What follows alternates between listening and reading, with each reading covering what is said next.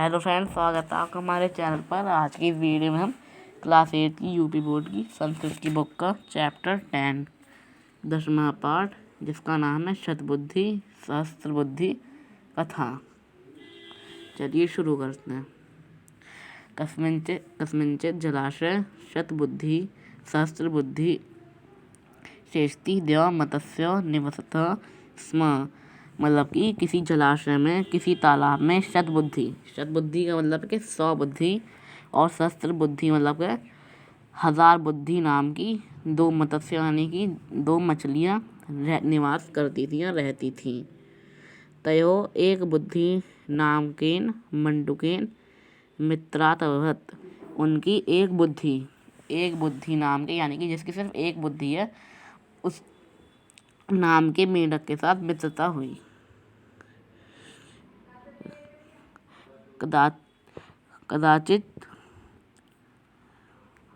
कदाचित जालहस्तः धीवरः तं जलाशयुपगतः। मतलब कि तभी हाथ में जाल लिए मछुआरे मतलब कि जो मछलियाँ पकड़ते हैं, उस जलाशय, उस तालाब पर पहुँच गए। तेषु एको धीवरः अवदत्। उनमें से एक धीवरा मतलब मछुआरा बोला, एतस्मिन् जलाशये बहवो मत्स्याः सन्ति। इस जलाशय में बहुत सी मछलियाँ हैं। अतः तान् ग्रहीतुं स्वस्त्र जालं क्षेप्स्याम्। मतलब कि इस जलाशय में बहुत सारी मछलियाँ हैं, अतः कल हम इस जलाशय में मछलियाँ पकड़ने आएंगे, या फिर उन मछलियों को लेने के लिए यहाँ पर कल जाल डालेंगे। फिर अगली लाइन है, तच्छ्रुत्वा मत्स्या। यह सुनकर मत्स्य यानी मछलियाँ दुखिना अभवन्, दुखी हो गईं। तेषु मंडूकः प्रहा। तभी मेंढक बोलता है, भो शतबुद्धि, हे शतबुद्धि उनका नाम भी है। श्रुतं धीवरोक्तं भवतः। धीवर यानी कि मतलब कि मछुआरों को सुनकर बोलता है। ततः किम कर्तव्यम। अब क्या करना चाहिए। पलायनम अवष्टभवो। मतलब कि हमें पलायन यानी कि भाग जाना चाहिए इस जलाशय से। सहस्त्र बुद्धि कहती है, जिसकी 1000 बुद्धि है, वो कहती है, मित्र मां महर्षि। मित्र डरो मत, केवलम वचन श्रवणादेव न भेतव्याम। केवल वचन सुनकर डरना नहीं चाहिए। फिर ये कोई श्लोक लिखा है, सर्पाणां च खलानां च सर्वेषां दुष्टचेतसाम् अभिप्राय न सिद्ध्यन्ति तेनेदं वर्तते जगत।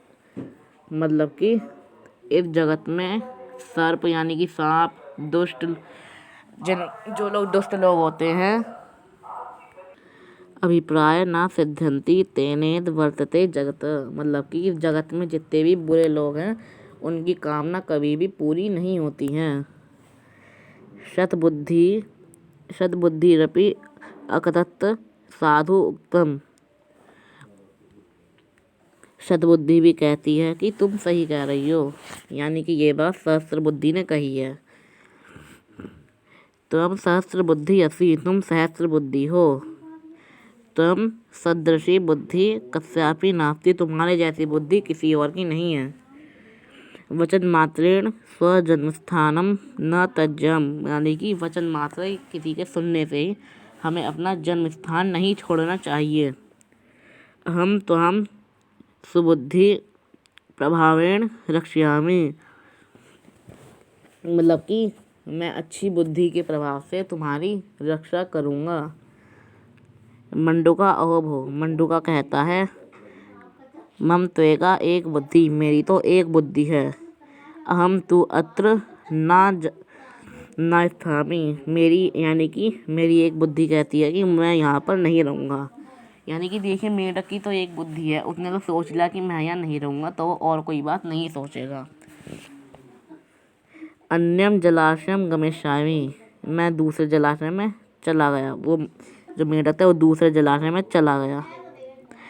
एवं मुक्ता सह अन्य जलाशय गतम, वह दूसरे जलाशय में चला गया। तत् प्रभाते धीवरा आगस्य जल मध्य मत्स्य कूर्म मंडूक कर्कटादयो निगृहित।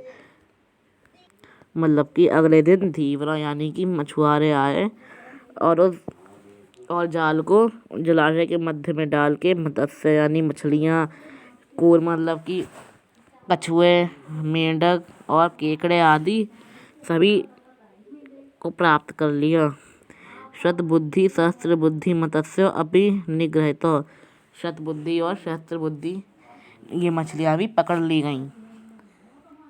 अपहारेण सुखम गच्छतु धीवरेषु एकस्य शीर्षि आरोपितं शतबुद्धि अपरस्य हस्ते प्रालम्बनान् सहस्त्रबुद्धि चालेके मंडूका स्वपत्नीं कथयते। मतलब कि दोपहर के बाद सुख से जातो, यानी कि वो तो मछुआरे खुशी हो गए तो उन्हें इतना सारे ये सब मिल गए थे। मतलब कि दोपहर को सुख से जाते हुए मछुआरों में से एक के कंधे पर यानी किसी एक मछुआरे पे कंधे पर शतबुद्धि पड़ी हुई थी और दूसरे के हाथ में सहस्त्रबुद्धि लटक रही थी। ये देखकर जो मेंढक होता है उसने ये सब देख लिया था और वो अपनी उससे कहता है, पत्नी से कहता है, शतबुद्धि शरीरोस्त लभ्यते च सध्री एक बुद्धि भद्रे क्रीडामी विमले जले। मतलब कि शतबुद्धि सिर पर है और सहस्त्रबुद्धि उसके हाथ पर लटक रही है। हे भद्रे, हे कल्याणी, हे मेरी पत्नी, एक बुद्धि निर्मल जल में खेल रहा हूँ। मेरी तो एक ही बुद्धि थी, इसलिए मैंने तो एक ही मतलब कि इसका मतलब ये है कि जैसे कि शतबुद्धि की 100 बुद्धियाँ थी, यानी कि उसने एक बार नहीं सोचा कि मुझे इस तालाब में रहना है, नहीं रहना है।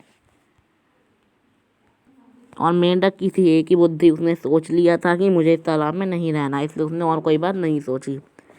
इसलिए वो कहता है कि अब मैं इस तालाब में खेलूँगा, विमले मतलब कि निर्मल साफ तालाब में खेलूँगा।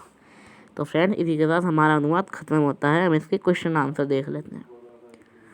पहला क्वेश्चन है, शतबुद्धि सहस्त्रबुद्धि कुत्र निवसते स्म।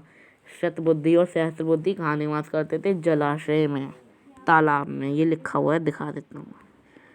ये देखिए लिखा है जलाशय, ऐसा ही ये हमारा आंसर बना है।